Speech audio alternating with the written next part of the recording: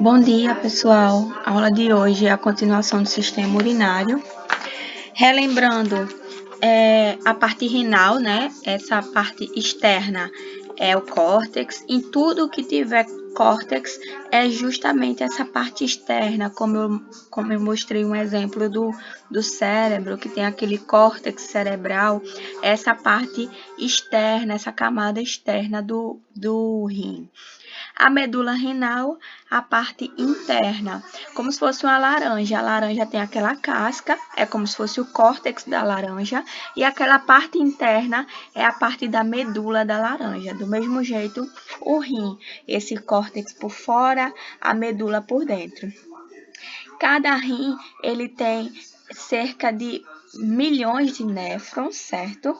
E dentro esse néfron, ele fica dentro dessas pirâmides renais, que são essas partes que parecem realmente uma pirâmide.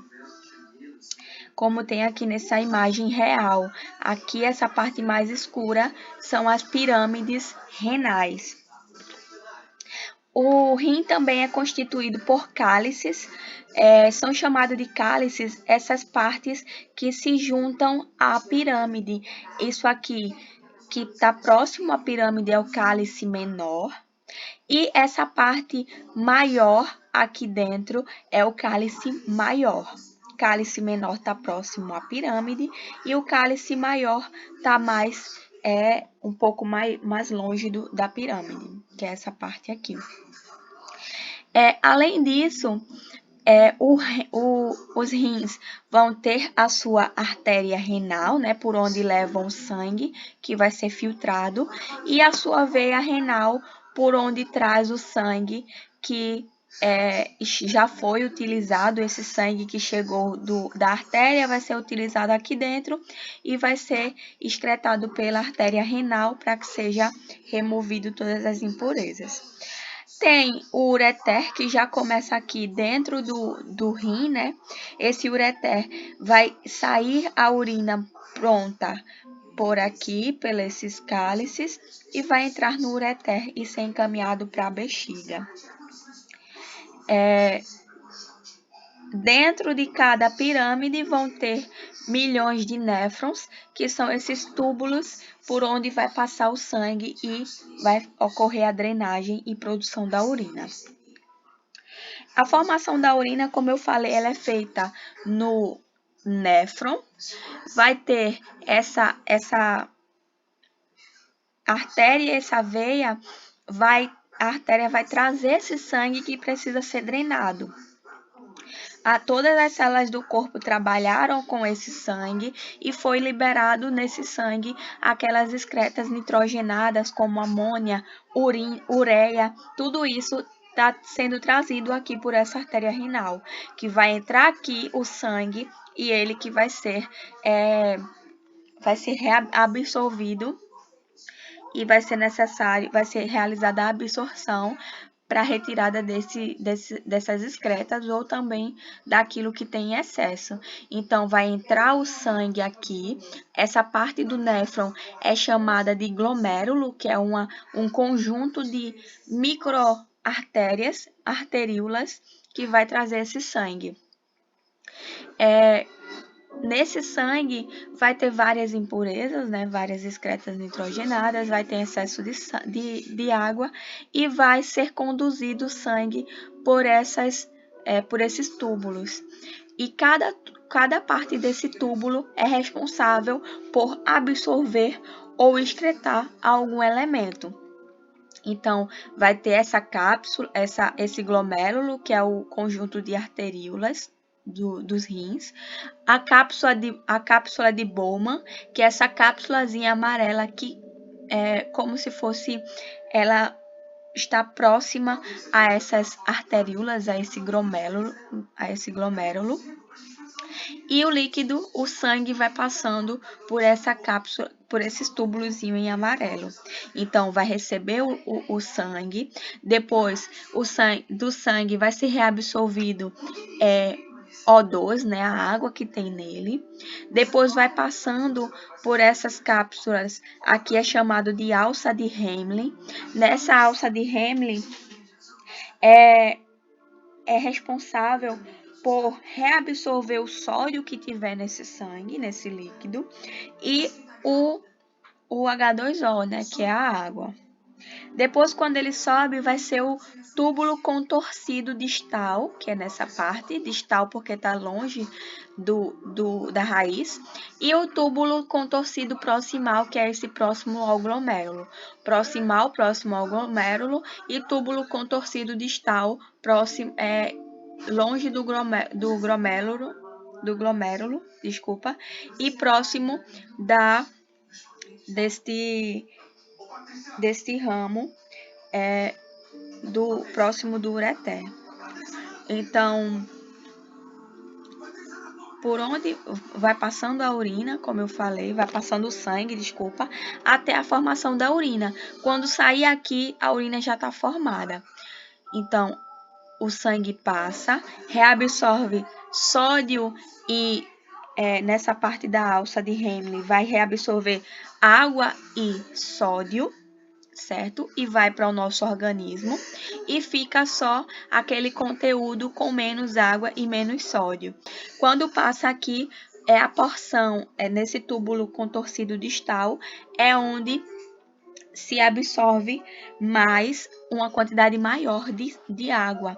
Então, vai ficar uma quantidade menor de água dentro desses túbulos, então vai estar formado essa urina, vai ser reabsorvido o sangue, as partes das células sanguíneas, né, a hemácia, os leucócitos vão ser retirados e vão ser reabsorvidos, vai voltar para o nosso organismo através dessas veias e vai ficar aqui dentro só o líquido junto com o sódio, a ureia, aquelas excretas aqui dentro para a saída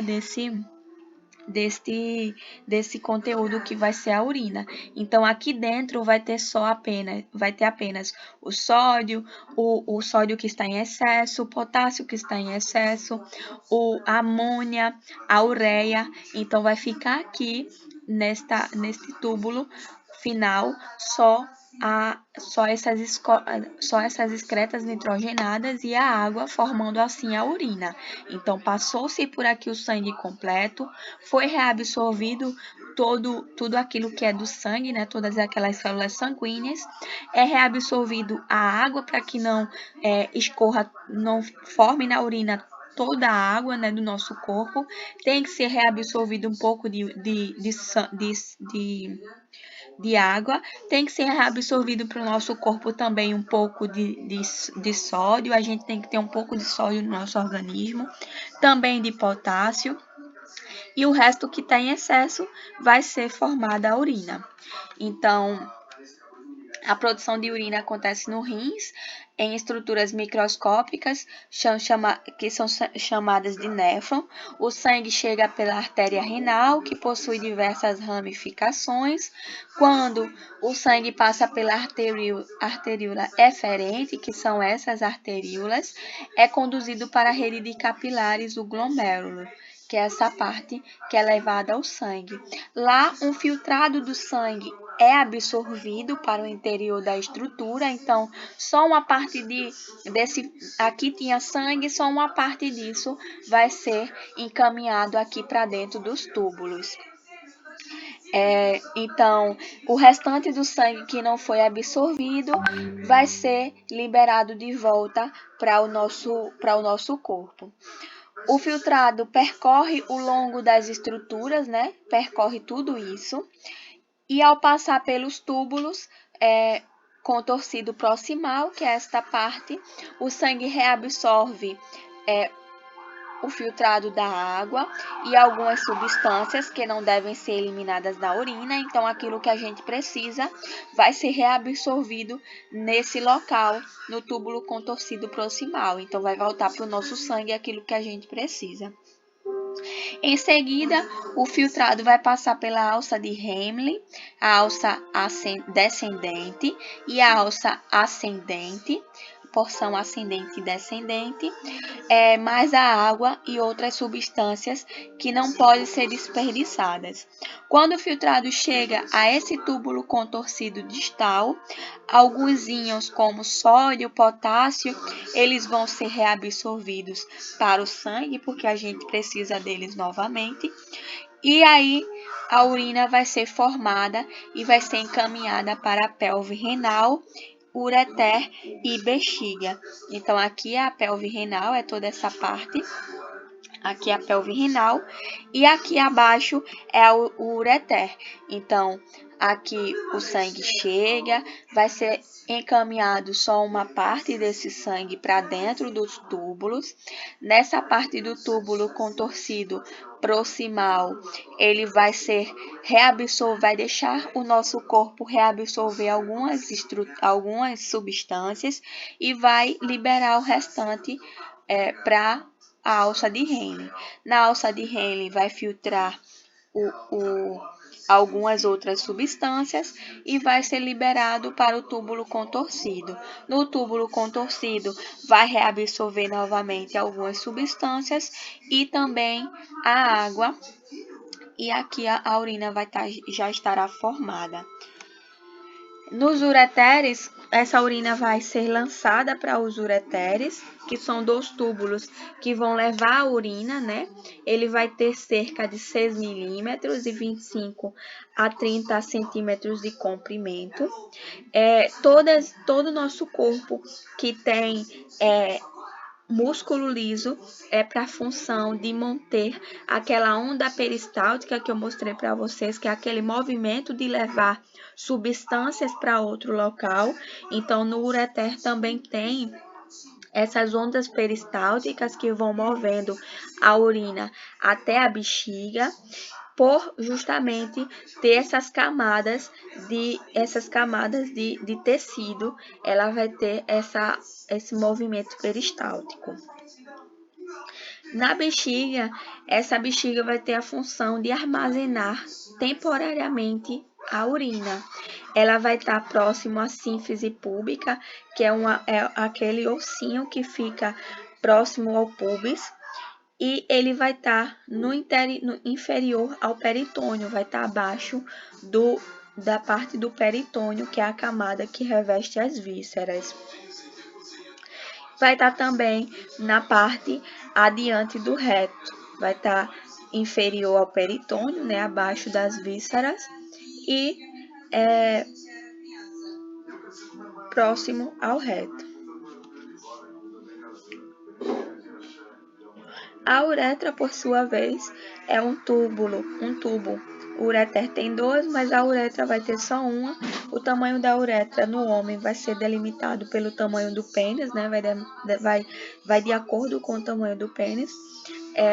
Ela vai ser responsável por conduzir a urina da bexiga para o meio externo, né?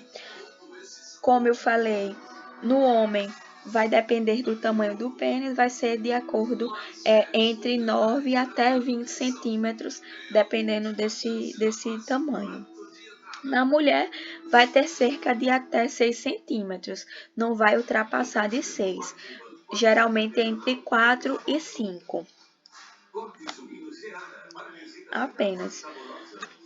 Obrigada e até a próxima aula.